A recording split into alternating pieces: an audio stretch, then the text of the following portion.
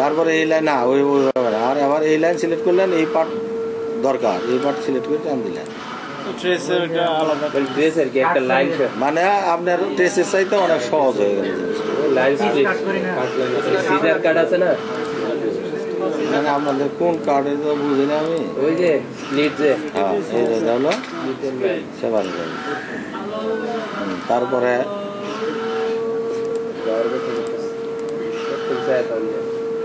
Feasible এটাকে select করেন, right বাটনকে দেন, এখানে ভ্যালু দেন, মনে করেন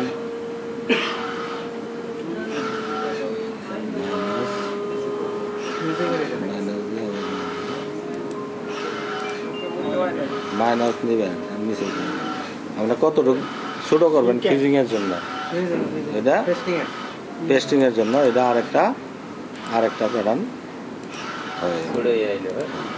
পেস্টিং এর যতটুকু ভ্যালু দেবেন অতটুকু ছোট হয়ে যাবে ইজিং গেল। আর স্ট্রাক্ট এটা তো মানে বারবার টিপে এটাকেই করতে হয়, এটা ট্রেসেরই বিকল্প আরেকটা স্ট্রাক্ট। এটা আমি আপনাকে দেখাইতেছি, মনে করেন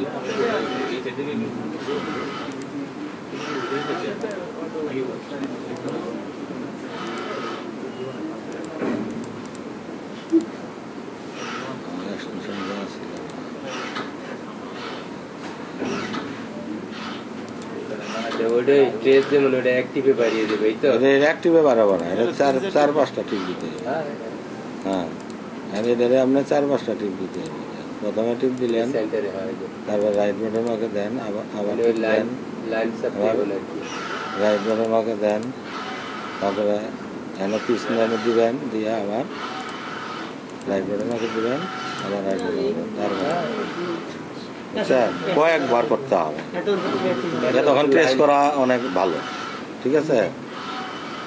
আর রাফেল আপনাদের দরকার হয় কিনা জানি না। হ্যাঁ রাফেল বানাতে গেলে মনে করেন এই পিসটা দিয়ে রাফেল বানাইবেন। হ্যাঁ জাস্ট রাফেলে সিলেক্ট করলেন, তারপরে এটা মুভ হবে আপনার পাইভট হবে আর কি। তারপরে রাইট বাটন ওকে দেন, তারপরে রাইট বাটন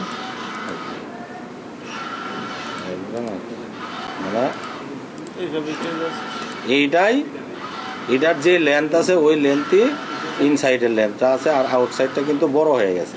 হ্যাঁ আর ইনসাইডেরটা হলো এই লেন্থেই আছে, আর উইথটা যেটা এই উইথটাও সেম উইথ আছে। হ্যাঁ এটা হলো অনেক সময় ওই করে না, অনেক লেডিস কাগজের ভিতরে হাতের ভিতরে ঝালুরের মতো দেয় না, কিন্তু কুচি নাই, কিন্তু কাপড়টা ছড়ায় থাকে। হ্যাঁ ওই সময় এটা ভিতরেটা ইনসাইড, এটা হলো ইনসাইড। হ্যাঁ আমি মেজারমেন্ট দেখাইতেছি, এই যে মেজারমেন্ট দেন, এটা হলো ইনসাইড, আর এটা হলো উইথ, এটাও দেন উইথ চেঞ্জ হয় না, এই দেন, আর এটা দেন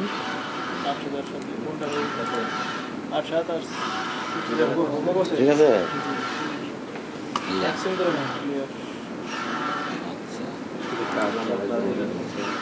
তারপরে ফিনিশড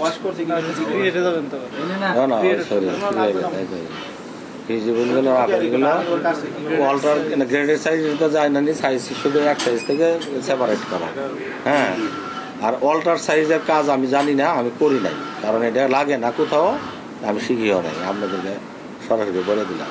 আর ডিভাইনটা হলো যে কোনো একটা প্যাটার্নে সিম ভিতরে বাইরে না, সিম ভিতরে বাইরে না, আপনি এই করেন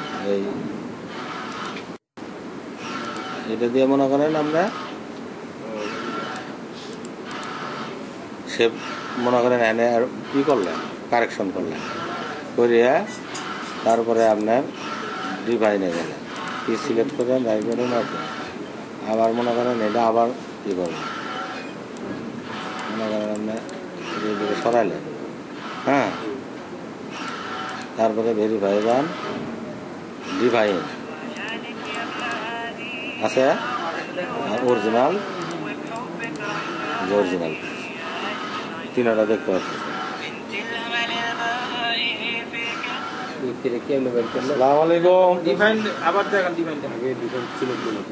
জি আছি ভালো ভাই, আমি একটু কাজে আছি এখন, একটা ট্রেনিং আছি, আমি এই মুহূর্তে কথা বলতে পারতেছি না।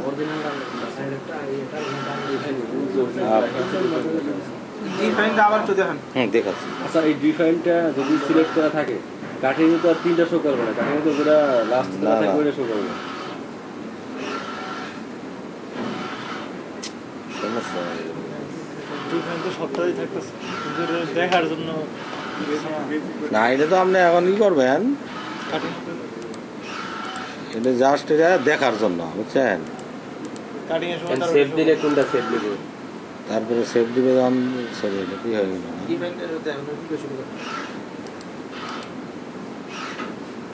তারপরে সেভ,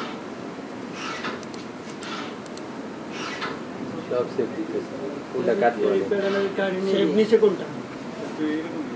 না না, এটা সেপারেট করা যায়। হ্যাঁ, আপনার যেটা দরকার এটা সেপারেট করা যায়, ডিভাইস সেপারেট করা যায়।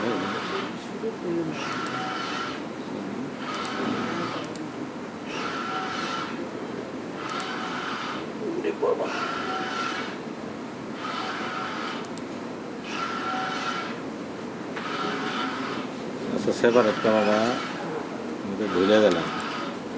এই যে এখানে আছে রিস্টোর অরিজিনাল বুক মার্ক না রিস্টোর ডিফাইন বুক মার্ক। কেন আপনি ডিফাইন আর অরিজিনাল দুটো আছে না, এখন আপনি কোনটা সেভ করবেন? হ্যাঁ, ও রিস্টোর করবেন, ডিফাইন করলে তাহলে এটা ডিফাইন দিলে, হ্যাঁ এই যে ডিফাইনটা বাড়িয়েছে, ঠিক আছে। তারপরে আবার